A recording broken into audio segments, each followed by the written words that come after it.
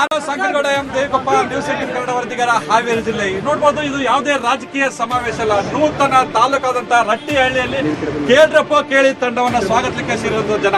ಈಗ ನೋಡಬಹುದು, ನೂತನ ತಾಲೂಕು ರಟ್ಟಿಹಳ್ಳಿಯಲ್ಲಿ ನಾವಿದ್ದೇವೆ. ಕೇಳ್ರಪ್ಪ ಕೇಳಿ ತಂಡ ರಟ್ಟಿಹಳ್ಳಿಯಲ್ಲಿ ಯಾವ ತರ ಸಮಸ್ಯೆ ಇದೆ, ರಟ್ಟಿಹಳ್ಳಿಯಲ್ಲಿ ಏನೆಲ್ಲ ಸಮಸ್ಯೆಗಳಿದೆ, ಸಮಸ್ಯೆಗಳ ಬಗ್ಗೆ ಮಾತಾಡ್ಲಿಕ್ಕೆ ಏನು ರಟ್ಟಿಹಳ್ಳಿ ಜನತೆ ಇಲ್ಲಿ ಬೆಳಗ್ಗಿಂದನೂ ಕಾತರದಿಂದ ಕಾಯ್ತಾ ಇದ್ದಾರೆ. ಈಗ ನಾವು ರಟ್ಟಿಹಳ್ಳಿಯಲ್ಲಿದ್ದೇವೆ. ಈಗ ರಟ್ಟಿಹಳ್ಳಿ ಜನತೆಗೆ ಎಂತ ನಾಯಕ ಬೇಕು? ಈಗ ಲೋಕಸಭಾ ಚುನಾವಣೆ ಚಾಲುವಾಗಿದೆ. ಈಗ ಕಾಂಗ್ರೆಸ್ ಪಕ್ಷದಿಂದ ಡಿ.ಆರ್. ಪಾಟೀಲ್ ಹಾಗೂ ಬಿಜೆಪಿಯಿಂದ ಮತ್ತೊಮ್ಮೆ ಶಿವಕುಮಾರ್ ಉದಾಸಿ ಆಯ್ಕೆ ಬಯಸಿದ್ದಾರೆ. ಈಗ ಅವರಿಗೆ ಎಂತ ನಾಯಕ ಬೇಕು, ಅವ್ರ ನಾಯಕನ ಕ್ವಾಲಿಟಿ ಹೇಗಿರ್ಬೇಕಂತ ಹೇಳಿ ಮತದಾರರು ಮಾತಾಡ್ಲಿಕ್ಕೆ ರಟ್ಟಿಹಳ್ಳಿ ಬೆಳಗ್ಗಿಂದ ಕಾಯ್ತಾರೆ. ಹಾಗಾದ್ರೆ ರಟ್ಟಿಹಳ್ಳಿ ಜನತೆ ಏನಾಗ್ತಾರೆ ಅಂತ ಹೇಳಿ ಸ್ವತಃ ಕೇಳ್ರಪ್ಪ ಕೇಳಿ ತಂಡಗಳನ್ನ ಕೇಳ್ರಪ್ಪ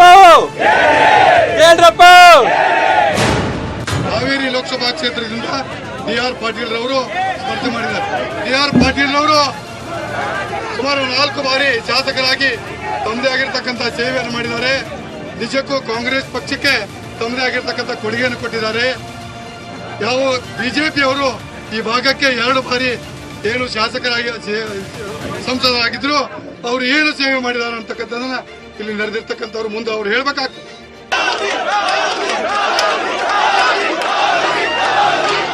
ರಟ್ಟಿಹಳ್ಳಿ ನೂತನ ತಾಲೂಕು ನಾವೆಲ್ಲರೂ ಇಡೀ ಕರ್ನಾಟಕಕ್ಕೆ ಆದರ್ಶವಾಗಿರ್ಬೇಕು ಅಂದ್ರೆ ಈ ಕಾರ್ಯಕ್ರಮ ಸೈಲೆಂಟ್ ಆಗಿ ಇಲ್ಲಿ ಮಾತಾಡಕ್ ಅವಕಾಶ ಐತಿ. ಕೌಂಟ್ರಿ ಎಲ್ಲ ಮಾತಾಡ್ಕೊಂತ ಹೋಗ್ಬೋದು.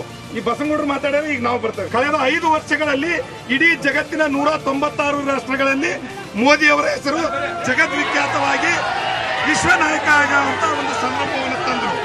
ಆದ್ರಿಂದ ನಾನು ಹೇಳೋದಿಷ್ಟೇ, ಈ ಜಗತ್ತಿಗೆ ವಿಶ್ವ ನಾಯಕ ಅಂತ ಒಬ್ಬನಿದ್ರೆ ಅದು ಮೋದಿ ಅವರು ಮಾತ್ರ. ಈ ಜಗತ್ತಿಗೆ ದೇಶವನ್ನ ಪ್ರಕಾಶಮಾನವಾಗಲಿಕ್ಕೆ, ಜಗತ್ತಿನಲ್ಲಿ ಭಾರತವನ್ನ ಸೂಪರ್ ಪವರ್ ಆಗಲಿಕ್ಕೆ, ಭಾರತವನ್ನ ಜಗತ್ತವರು ಮಾಡಲಿಕ್ಕೆ ಶಕ್ತ ಇರ್ತಕ್ಕಂಥ ದೇಶದ ಏಕೈಕ ನಾಯಕ ಅಂದ್ರೆ ಅದು ಮೋದಿ. ಇದುವರೆಗೂ ನಮ್ಮ ನಾಯಕರುಗಳು ಹೇಳಿದ್ದಾರೆ, ಕುಮಾರಸ್ವಾಮಿ ಸಾಲ ಮನ್ನಾ ಅಂತಂದ್ರು ಇದುವರೆಗೆ ಯಾರ ರೈತರು ಸಾಲ ಮನ್ನಾ ಆಗಿಲ್ಲ. ಬಡ್ಡಿಗಳು 14% ಹೋಗಿದಾವೆ. ಈಗ 14% ಬಡ್ಡಿಗಳು ಹೋಗಿದ್ರೆ ರೈತರು ಸಾಲ ಕಟ್ಟಕ್ ತಯಾರಿಲ್ಲ. ಯಾರು ಈ ಬಡ್ಡಿ ಹೆಚ್ಚಿನ ಬಡ್ಡಿ ಕಟ್ಟರು ಯಾರು? ಅದಾದ್ರೆ ಇಡೀ ತಾಲೂಕಿನಾದ್ಯಂತ ಪ್ರತಿಯೊಂದು ಕೆಲಿಯಾಗ ಕುಡಿಯಾಕ ನೀರಿಲ್ಲ, ದನಕರುಗಳು ನೀರಿಲ್ಲ. ಆ ಪ್ರಮುಖ ಸಮಸ್ಯೆ ಬಿಟ್ಟು ಇವ್ರು ಮೋದಿ ಅನ್ನೋದು, ಅವ್ರು ರಾಹುಲ್ ಅನ್ನೋದು, ಇವ್ರು ಮೋದಿ ಅನ್ನೋದು, ಅವ್ರು ರಾಹುಲ್ ಅನ್ನೋದು, ಬರೀ ಯುವ ಸಮಸ್ಯೆ ಆಗೋದು. ಇವರು ಯಾರು ರೈತರ ಸಮಸ್ಯೆ ಕೇಳತಕ್ಕಂಥ ಪ್ರಮುಖ ರಾಜ್ಯ ಬಿಜೆಪಿ ಇಲ್ಲ, ಕಾಂಗ್ರೆಸ್ ಇಲ್ಲ. ರೈತರಿಗೆ ಏನು ಸಮಸ್ಯೆ ಐತಿ, ರೈತರ ತೊಂದರೆ ಏನು, ಇದ್ರ ಬಗ್ಗೆ ಯಾವೊಬ್ಬ ಮುಖಂಡರು, ರಾಜಕೀಯ ಮುಖಂಡರು ಚಕಾರ ಮಾತೆತ್ತಾ ಇಲ್ಲ. ಮೋದಿ ಅವರೇನು ಆಶ್ವಾಸನೆ ಕೊಟ್ಟಿದ್ರು, ನಾವು ಪ್ರತಿಯೊಬ್ಬರಿಗೆ ಉದ್ಯೋಗ ಕೊಡ್ತೇವೆ, 1 ವರ್ಷಕ್ಕೆ 2 ಕೋಟಿ ಉದ್ಯೋಗ ಸೃಷ್ಟಿ ಮಾಡ್ತೇವೆ, ರೈತ ಸಾಲ ಮನ್ನಾ ಮಾಡ್ತೇವೆ ಅಂತಕ್ಕಂಥ ಮಾತಾಡಿದ್ರು. ಮತ್ತು ಭ್ರಷ್ಟತೆ ಇರ್ತಕ್ಕಂಥ ಕಪ್ಪು ಹಣವನ್ನ ನಾವು ತಗೊಂಡ್ಬಂದು ಪ್ರತಿಯೊಂದು ರೈತರ ಅಕೌಂಟ್ಗೆ 15 ಲಕ್ಷ ರೂಪಾಯಿ ಹಾಕ್ತೀವಿ ಅಂತ ಹೇಳಿದ್ರು. ಇಲ್ಲಿವರೆಗೂ 1 ರೂಪಾಯಿನೂ ಅಕೌಂಟ್ ಯಾರ ಅಕೌಂಟ್ ಆಗಿಲ್ಲ. ಇದೇ ತರ ಹೇಳಿ ಮೋದಿ ಅವರು ನಮ್ಮ ರೈತರು ಬಹಳ ಮೋಸ ಮಾಡಿದ್ದಾರೆ. ರೈತರ ಸಾಲವನ್ನು ಮನ್ನಾ ಮಾಡಿಲ್ಲ, ಉದ್ಯೋಗ ಸೃಷ್ಟಿ ಮಾಡಿಲ್ಲ. ಉದ್ಯೋಗದಲ್ಲಿ ಇರ್ತಕ್ಕಂಥ ಎಲ್ಲರೂ ಸಹಿತ ನಮ್ಮ ತಮ್ಮಂದಿರ್ಬೋದು, ನಮ್ಮ ಅತ್ತೆಗಿರ್ಬೋದು, ಉದ್ಯೋಗದಲ್ಲಿ ಇರ್ತಕ್ಕಂಥ ವಾಪಸ್ ನಮ್ಮ ಮನೆಗೆ ಬಂದು ಮುಂದಿನ ದಿವಸ ರೈತಾಪಿ ಕೆಲಸ ಮಾಡ್ತಿದ್ದಾರೆ. ಬರೀ ನಿಮ್ಮ ಘೋಷಣೆಗಳ ಮುಖಾಂತರ ಇಂಥ ಸಭೆಗಳನ್ನ ಗೊಂದಲಮಯ ಮಾಡಿ ಜನರಿಗೆ ಯಾವುದೇ ಸಂದೇಶ ಹೋಗದೆ ಜನರ ಕುಂದುಕೊರತೆಗಳು ಬರೀ ಕುಂದುಕೊರತೆಗಳಾಗಿ ಇರೋದು. ನಿಮ್ಮ ಪ್ರಣಾಳಿಕೆಗಳಲ್ಲಿ ಆಶ್ವಾಸನೆಗಳಾಗಿ ಉಳಿತಕ್ಕಂಥದ್ದು ಇವತ್ತಿನ ವ್ಯವಸ್ಥೆ ಆಗಿದೆ. ದಯವಿಟ್ಟು ಶಾಂತಿಯನ್ನು ಕಾಪಾಡಿಕೊಂಡು ನಿಮ್ಮ ಪ್ರಣಾಳಿಕೆಗಳೇನಿದ್ವು ಅದರಲ್ಲಿ ನಿಮ್ಮ ಸಾಧನೆ ಏನು ಸ್ಪಷ್ಟವಾಗಿ ಮೊದಲು ಜನರಿಗೆ ತಿಳಿಸಿ. ಆ ನಂತರದಲ್ಲಿ ನಿಮ್ಮ ಘೋಷಣೆಗಳು ಅದಕ್ಕೆ ಒಂದು ಅರ್ಥ ಪಡ್ಕೊಳ್ತವೆ. ಇವತ್ತು ಪ್ರಧಾನಮಂತ್ರಿಗಳಾದಂಥ ಸನ್ಮಾನ್ಯ ಶ್ರೀ ಮೋದಿ ಅವರು ಈ ದೇಶದ ಚುಕ್ಕಾಣಿ ಹಿಡಿದಾಗ ಎಲ್ಲರೂ ಒಂದು ನಿರೀಕ್ಷೆ ಇತ್ತು, ಏನಾದರೂ ಒಂದು ಕ್ರಾಂತಿಕಾರಿ ಬದಲಾವಣೆ ಮಾಡ್ಬೋದು ಈ ದೇಶದಲ್ಲಿ ಅಂತಂದ್ರೆ. ಆದರೆ ಅದು ಖುಷಿಯಾಗಿ ಹೋತು. ಇವತ್ತು ಮೋದಿಯವರು ಮಾತಿನ ಮೂಲಕ ಈ ದೇಶದ ಜನರನ್ನ ಮೋಡಿ ಮಾಡಿ 15 ಲಕ್ಷ ರೂಪಾಯಿನ ಕಪ್ಪು ಹಣವನ್ನು ವಿದೇಶಗಳಿಂದ ತಗೊಂಬಂದು ನಿಮ್ಮ ಖಾತೆಗೆ ಜಮಾ ಮಾಡ್ತೇವೆ ಅಂತ ಹೇಳಿದ್ರು. ಅದು ಯಾವುದೂ ಆಗಲಿಲ್ಲ. ಅದಕ್ಕೆಲ್ಲರೂ ಎದ್ದಿಪತ್ರಾಗಿ ನಿಲ್ಬೇಕು. ಯಾರೇ ನೀವು? ಏ ಮೋದಿಯಪ್ಪ, ಎಲ್ಲಿಂದ ಬಂದು ನಿಂತ್ಕೊಂಡು ಚಾ ಮಾಡಕ್ಕಂತ ಬಂದು ನಿಂತ್ಕೊಂಡಿಲ್ಲ. ನಿನ್ನೊಂದು ಒಂದು ಸೂಟಿನ ಮೇಲೆ 60 ಲಕ್ಷ 70 ಲಕ್ಷ 1 ಕೋಟಿ ಯಾಕೆ ಮಾಡ್ತೀವಿ ರಾಜಕೀಯ? ಯಾಕೆ ಮಾಡ್ತೀವಿ ರಾಜಕೀಯ? ಎದಿ ತೊಟ್ಟಿ ದೇಶಕ್ಕೆ ನೋಡಿದ್ರಲ್ಲ ವೀಕ್ಷಕರೇ, ಇದು ಸ್ಟೇಜ್ ಮೇಲೆ ಸಾಲದನ್ನ ಜನಕ್ಕೆ ಇಳಿಬೋದು ಯಾವ ತರ ಒಂದು ಇದು ಮಾಡ್ತಾರೆ ಅಂತ ಹೇಳಿ. ಈಗ ಸ್ಟೇಜ್ ಮೇಲೆ ಕಾರ್ಯಕ್ರಮ ಮಾಡಕ್ ಸಾಧ್ಯ ಆಗಲಿಲ್ಲ, ಹೀಗಾಗಿ ನಾವೇ ಕೂಡ ತಳಗಿಳಿ ಬಂದೇವೆ. ಬನ್ನಿ ಇಲ್ಲಿನ ಯುವಕರು ಏನಾಗ್ತಾರೆ ಸರ್, ಈ ಸಲ ಏನಾಗ್ತದೆ? ಸರಿ, ಇವತ್ತು ಕೇಳ್ರಪ್ಪ ಕೇಳಿ, ಇದು ಒಂದ್ಸಾರಿ ನರೇಂದ್ರ ಮೋದಿ ಅವರೇ ಪ್ರಧಾನಿ ಆಗೋದು. ಯಾಕಂದ್ರೆ ಇವತ್ತಿನ ಯುವಕರು ಇವತ್ತು ಡಿಸೈಡ್ ಮಾಡಿದ್ದಾರೆ. ಇವತ್ತು ಯುವಕರೇನು ಇವತ್ತು ಮನ್ಸು ಮಾಡಿಬಿಟ್ಟು ಎಲ್ಲರೂ ಓಟ್ ಹಾಕ್ಬಿಟ್ಟು ಇನ್ನು ಒಂದ್ಸತಿ ನರೇಂದ್ರ ಮೋದಿ ಅವರೇ ಪ್ರಧಾನಿ ಆಗ್ತಕ್ಕಂಥದ್ದು. ಓಕೆ ಓಕೆ ಓಕೆ ಈ ಕಡೆ ಏನಾಗ್ತಾರೆ? ಓಕೆ ಓಕೆ ಓಕೆ ನಮ್ಮ ಅಕೌಂಟ್ಗೆ 15 ಲಕ್ಷ ರೂಪಾಯಿ ಬಂದದ್ದು, 15 ಲಕ್ಷ ರೂಪಾಯಿ ಬರಲಿಲ್ಲ, ರಾಮ ಮಂದಿರ ಕಟ್ಟಲಿಲ್ಲ. ಇವರು ಸೈನಿಕರ ರಾಜಕೀಯ ಮಾಡ್ತಾರ.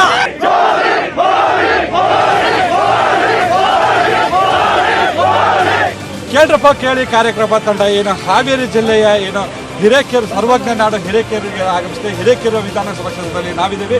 ಇನ್ನು ಬೆಳಗ್ಗೆಯಿಂದ ಹಿರೇಕೆರೆ ವಿಧಾನಸಭಾ ಕ್ಷೇತ್ರದ ಜನ ಏನು ನಮಗೋಸ್ಕರ ಕೇಳ್ರಪ್ಪ ಕೇಳಿ ತಂಡಕ್ಕೋಸ್ಕರ ಕಾಯ್ತಾ ಇದ್ರು. ಅವರೆಲ್ಲರ ನಿರೀಕ್ಷೆ ಏನಿದಾವೆ ಮತ್ತು ಅವರಿಗೆ ಎಂತ ನಾಯಕ ಬೇಕು ಮತ್ತು ಅವರು ಎಂತ ನಾಯಕನ ಆಯ್ಕೆ ಮಾಡ್ಕಂತ ಹೇಳಕ್ಕೆ ಈಗಾಗಲೇ ಬಿಜೆಪಿ, ಕಾಂಗ್ರೆಸ್, ಸಾಮಾನ್ಯ ಜನ ಎಲ್ಲರೂ ಕೂಡ ಕಾರ್ಯಕರ್ತರು ಕಾಯ್ತಾ ಇದ್ದಾರೆ. ಕೇಂದ್ರ ಸರ್ಕಾರದ ಸಾಧನೆಗಳನ್ನ ಕಳೆದ 60 ವರ್ಷಗಳಲ್ಲಿ ಅವ್ರು ಏನ್ ಮಾಡಿದ್ರು, 5 ವರ್ಷಗಳಲ್ಲಿ ಮೋದಿ ಅವರು ಏನ್ ಮಾಡಿದ್ರು, ಅದನ್ನ ನೋಡಿ ನಾವೆಲ್ಲರೂ ಕೂಡ ಇವತ್ತು ಮೋದಿ ಅವರನ್ನ ಬೆಂಬಲಿಸತಕ್ಕಂತ ಅನಿವಾರ್ಯತೆ ನಮಗಿದೆ. ಅದೇ ರೀತಿ ಸೈನಿಕರಿಗೆ ಯಾವುದೇ ರೀತಿಯ ಅಧಿಕಾರ ಇದ್ದಿದ್ದಿಲ್ಲ, ಗುಂಡಿದ್ದಿದ್ದಿಲ್ಲ, ಕೈಯಾಗ ಗನ್ ಇದ್ರು ಹೊಡಿತಕ್ಕಂತ ಅಧಿಕಾರ ಇದ್ದಿದ್ದಿಲ್ಲ. ಹಾಗಾಗಿ ಸೈನ್ಯಕ್ಕೆ ಬಲವನ್ನ ತುಂಬಿರ್ತಕ್ಕಂಥ ನಾಯಕರು ಯಾರಾದ್ರೂ ಇದ್ರೆ ಅದು ನರೇಂದ್ರ ಮೋದಿ ಅವರು. ಹಾಗಾಗಿ ದಯವಿಟ್ಟು ಎಲ್ಲ ನಾವು ನರೇಂದ್ರ ಮೋದಿ ಅವರ ಸಾಧನೆ, ಅವರ ಆಡಳಿತ, ಹಾಗಾಗಿ ನಾವು ನರೇಂದ್ರ ಮೋದಿ ಅವರನ್ನ ಬೆಂಬಲಿಸಬೇಕು. ಶ್ರೀಮಾನ್ ನರೇಂದ್ರ ಮೋದಿ ಅವರು ಏನು 2014ರಲ್ಲಿ ಕಳೆದ ಸಾರಿ ಈ ದೇಶಕ್ಕೆ ಮೋದಿ ಅವರನ್ನ ಪ್ರಧಾನಿ ಮಾಡಬೇಕು, ಅವರ ಅವಶ್ಯಕತೆ ದೇಶಕ್ಕೆ ತುಂಬಾನೇ ಇದೆ, ಅದಕ್ಕಾಗಿ ನನಗೆ ಮತವನ್ನ ಹಾಕಿ ಅಂತ ಕೇಳ್ಕೊಂಡು ಬಂದಿದ್ರಿ ಸ್ವಾಮಿ. ನೀವು ಏನು ಮಾಡಿದ್ರಿ 5 ವರ್ಷದಲ್ಲಿ? ಇವತ್ತು ಹಿರೇಕೆರೆ ತಾಲೂಕಿನ ಒಬ್ಬ ಮತದಾರನ ನಾನು ಕೇಳ್ತಾ ಇದ್ದೇನೆ. ಇವತ್ತು ಮತ್ತೆ ಈ ಸಾರಿ ಚುನಾವಣೆಗೆ ನೀವು ಮೋದಿ ಮುಖವನ್ನ ನೋಡಿ ನನಗೆ ವೋಟ್ ಹಾಕ್ರಿ ಅಂತ ಕೇಳ್ತಿದ್ದೀರಿ. ನಿಮ್ಮಲ್ಲಿ ನೀವು ಮಾಡಿದಂತ ಕೆಲಸ ಇಲ್ವಾ ಹೇಳಲಿಕ್ಕೆ? ಹಾವೇರಿ ಜಿಲ್ಲೆಗೆ ಯಾವ ರೈತ ಪರ ಯೋಜನೆಯನ್ನ ನೀವು ಕೊಡುಗೆ ಕೊಟ್ಟಿದ್ದೀರಿ? ಮೋದಿ ಅವರು ಸ್ವಾತಂತ್ರ್ಯಕ್ಕೆ 75 ವರ್ಷ ಏನು ಮಾಡಿದ್ದಿಲ್ಲ, ಮೋದಿ ಅವರು ಬಂದ್ಮೇಲೆ ನಾವೆಲ್ಲ ಮಾಡಿದ್ವಿ ಅಂತ. ಆದ್ರೆ ನಾನು ಸಾರ್ವಜನಿಕರಲ್ಲಿ ವಿನಂತಿ ಮಾಡ್ಕೊಂಡು ಹೇಳ್ತೀನಿ, ಅದೇನಂದ್ರೆ ಸ್ವಾತಂತ್ರ್ಯ ಬಂದಾಗಿಂದನೂ ಕೂಡ ಇಷ್ಟೆಲ್ಲ ಡ್ಯಾಮ್ಗಳು ಕಟ್ಟಿದ್ವಿ, ಇಷ್ಟೆಲ್ಲ ಫ್ಯಾಕ್ಟ್ರಿ ಕಟ್ಟಿದ್ರು, ಇಷ್ಟೆಲ್ಲ ರಸ್ತೆ ನಿರ್ಮಾಣ ಆದವು, ವಿದ್ಯುತ್ ಸೌಕರ್ಯ ಆಯ್ತು. ಹಂಗಾರೆ ಹಿಂದಿನ ಕಾಂಗ್ರೆಸ್ ಏನು ಮಾಡಿಲ್ಲ ಅಂತ ಅರ್ಥ ಇವ್ರೆಲ್ಲ ಹೇಳೋದು. ಈ ಒಂದು ಹಿನ್ನೆಲೆಯಲ್ಲಿ ರೈತರ ಪರವಾಗಿ, ಬಡವರು ಪರವಾಗಿ ಏನಾದ್ರೂ ಕಾಳಜಿ ಇದ್ರೆ ಅದು ಕಾಂಗ್ರೆಸ್ ಸರ್ಕಾರದಿಂದ ಮಾತ್ರ ಅಂತಕ್ಕಂಥ ಮಾತನ್ನ ಈ ಸಂದರ್ಭ ಹೇಳ್ತಾ, ನೇರವಾಗಿ ದೇಶದ ಬಗ್ಗೆ ಮತ್ತು ಸ್ಟೇಟ್ ಲೆವೆಲ್ ಮಾತಾಡೋದಿಲ್ಲ. ನೇರವಾಗಿ ನಾನು ದೇಶದ ಬಗ್ಗೆ ಹಾಗೂ ಸ್ಟೇಟ್ ಲೆವೆಲ್ ಮಾತಾಡೋದಿಲ್ಲ. ಕೇವಲ ಒಂದು ಈ ಹಿರೇಕೆರೂರು ತಾಲೂಕಿನ ಒಂದು ಸಮಸ್ಯೆಗಳ ಬಗ್ಗೆ ಮಾತಾಡ್ತಾನೆ. ಇದೇ ಈ ಹಾಲಿ ಇರ್ತಕ್ಕಂಥ ಶಾಸಕರು ಒಂದು ಸ್ಟೇಟ್ಮೆಂಟ್ ಕೊಟ್ಟಿದ್ರು. ಈ ಒಂದು HD ಕುಮಾರಸ್ವಾಮಿ ಏನು ಬಜೆಟ್ ಮಂಡನೆ ಮಾಡಿದ್ರಲ್ಲ, ಅವರ ಏನು ಸ್ಟೇಟ್ಮೆಂಟ್ ಕೊಟ್ಟಿದ್ರು ಅಂದ್ರ ಹಿರೇಕೆರೂರು ತಾಲೂಕಿಗೆ ಯಾವ್ದು ಅನುದಾನ ತಂದಿರಪ್ಪ, ಯಾವ ಅನುದಾನ ನೀವು ಒಂದು ಹೇಳ್ರಿ, ಬಹಿರಂಗವಾಗಿ ಹೇಳ್ರಿ, ಯಾವ ಅನುದಾನ ಕೊಟ್ಟಾರ? ನಿಮ್ಮದೇ ಆದ ಸರ್ಕಾರ, ನಿಮ್ಮದೇ ಆದ ಒಂದು ಸರ್ಕಾರದೊಳಗ ನೀವು ಪಾರ್ಟ್ನರ್ ಅದಿರಿ, ನಿಮ್ಮದೇ ಆದ ಸರ್ಕಾರದ ಪಾರ್ಟ್ನರ್ ಅದಿರಿ. ಯಾವ ಯೋಜನೆ ಕೊಟ್ಟಾರ? ಈ ತಾರತಮ್ಯ ಮಾಡ್ತಕ್ಕಂತ HD ಕುಮಾರಸ್ವಾಮಿ ಅದು ಹಿಂದಿನ ಆಯೋಗದೊಳಗೆ ಉಪಮುಖ್ಯಮಂತ್ರಿ ಮಾಡತಕ್ಕಂಥ ಸಾಧನೆಗಳನ್ನು ಇಟ್ಕೊಂಡು ಹೋಗ್ತಾ ಇದ್ರ. ನೋಡಿ, ನಮ್ ಸ್ನೇಹಿತರು ಮಾತಾಡಿದ್ರು, ಮೋದಿ ಏನ್ ಮಾಡ್ಯಾನ ಅಂತಂದೇಳಿ ಹೇಳ್ತಾ ಇದಾರೆ. ಇದೇ 5 ವರ್ಷದ ಹಿಂದೆ ಪ್ರಧಾನಿ ಏನ್ ಮಾಡ್ತಾ ಇದ್ರು ಅನ್ನೋದು ನಮ್ ದೇಶಕ್ಕೆ ಯಾರಿಗೂ ಗೊತ್ತಿದ್ದಲ್ಲ. ಮೂಕ ಇವತ್ತು ಕೇಳಿ ಮಹಾಜನಗಳೇ, ಇವತ್ತು ಕೇಳಿ, ಇವತ್ತು ಮೋದಿ ಪ್ರಧಾನಮಂತ್ರಿ ಯಾರು? ಪ್ರಧಾನಮಂತ್ರಿ ಯಾರು ಅಂತಂದ್ರೆ ಇವತ್ತು ಸಣ್ಣ ಮಗ ಹುಟ್ಟಿದ ಮಗನ ಹೇಳುತ್ತೆ ಯಾರದನ್ನ ಅವ್ರು ಮಾಡಿದಂತ ಕೆಲಸ ಕಾರ್ಯಗಳು, ಯೋಜನೆಗಳನ್ನ ಸಣ್ಣ ಮಕ್ಕಳ ಜೊತೆಗೆ ಹೇಳ್ತಾರೆ. ಮೋದಿ ಹೇಳ್ತಾನ ಮಾಡಿದ್ ಯಾವ್ದು ಮಾಡಿಲ್ಲ. ರಾಮ ಮಂದಿರ ಕಟ್ತಾನ ಅಂತ ಕಟ್ಟಿದ, ಎಲ್ಲಿ ಕಟ್ಟಾನ? ಒಂದು ಟಾಯ್ಲೆಟ್ ಕಟ್ಲಿ ರಾಮ ಮಂದಿರದಾಗ, ಒಂದು ಟಾಯ್ಲೆಟ್ ಕಟ್ಲಿ ರಾಮ ಮಂದಿರದೊಳಗ. ಇವತ್ತಿನವರೆಗಾದ್ರ ಇನ್ನು 5 ವರ್ಷದೊಳಗಾದ್ರೆ ಒಂದು ಟಾಯ್ಲೆಟ್ ಕಟ್ಲಿ. ಅದಕ್ಕೆ ನಾನು ಬೆಚ್ಚತಾನೆ. ಇದನ್ನ ಜಾತಿ ಧರ್ಮ ಇವನ್ನೆಲ್ಲ ಇದನ್ನ ಕೆಂದು ಈ ದೇಶದೊಳಗ ವಿಷ ಬೀಜ ಬಿತ್ತು ರಾಜಕಾರಣ ಮಾಡ್ತಕ್ಕಂಥದ್ದು ಯಾವುದೇ ರೀತಿಯಿಂದ ಸರಿಯಲ್ಲ. ಪ್ರತಿಯೊಬ್ರು ಯಾವುದೇ ದ್ವೇಷ ಅಲ್ಲ, ರಾಜಕೀಯ ಮಾಡಿ ದೇಶದ ವಿಚಾರ ಮಾಡಿ ಓಟ್ ಹಾಕ್ಲಿ ಜನ, ದೇಶದ ವಿಚಾರ ಮಾಡಿ ಹಾಕ್ಲಿ ಪ್ರತಿಯೊಬ್ಬರಿಗೂ. बोलो भारत माता की, बोलो भारत माता की. ಕೇಳ್ರಿ, ಇವತ್ತು ನಾನು ಎಲ್ಲ ಸಾರ್ವಜನಿಕರಿಗೆ ಹೇಳೋದೇನಂತ ಹೇಳಿದ್ರೆ, ನುಡಿದಂತೆ ನಡೆಯುವ ಪಕ್ಷಕ್ಕೆ ನೀವು ವೋಟ್ ಹಾಕ್ರಿ. ಯಾಕಂತ ಹೇಳಿದ್ರೆ ನುಡಿದಂತೆ ನಡೆಯುವ ಪಕ್ಷ ಅಂತ ಹೇಳಿದ್ರೆ ಕಾಂಗ್ರೆಸ್ ಪಕ್ಷ. ನಮ್ಮ ಸಿದ್ದರಾಮಯ್ಯನವರು ಅಧಿಕಾರ ಸ್ವೀಕಾರ ಮಾಡಿದ ಅರ್ಧ ತಾಸಿನಲ್ಲಿ 7 kg ಅಕ್ಕಿ ಒಬ್ಬೊಬ್ಬರಿಗೆ ಫ್ರೀ ಕೊಟ್ಟು ಅಂತ ಹೇಳಿ ಮೊದಲು ಹೇಳಿದ್ರು, ಹಂಗೆ ಕೊಟ್ಟರು.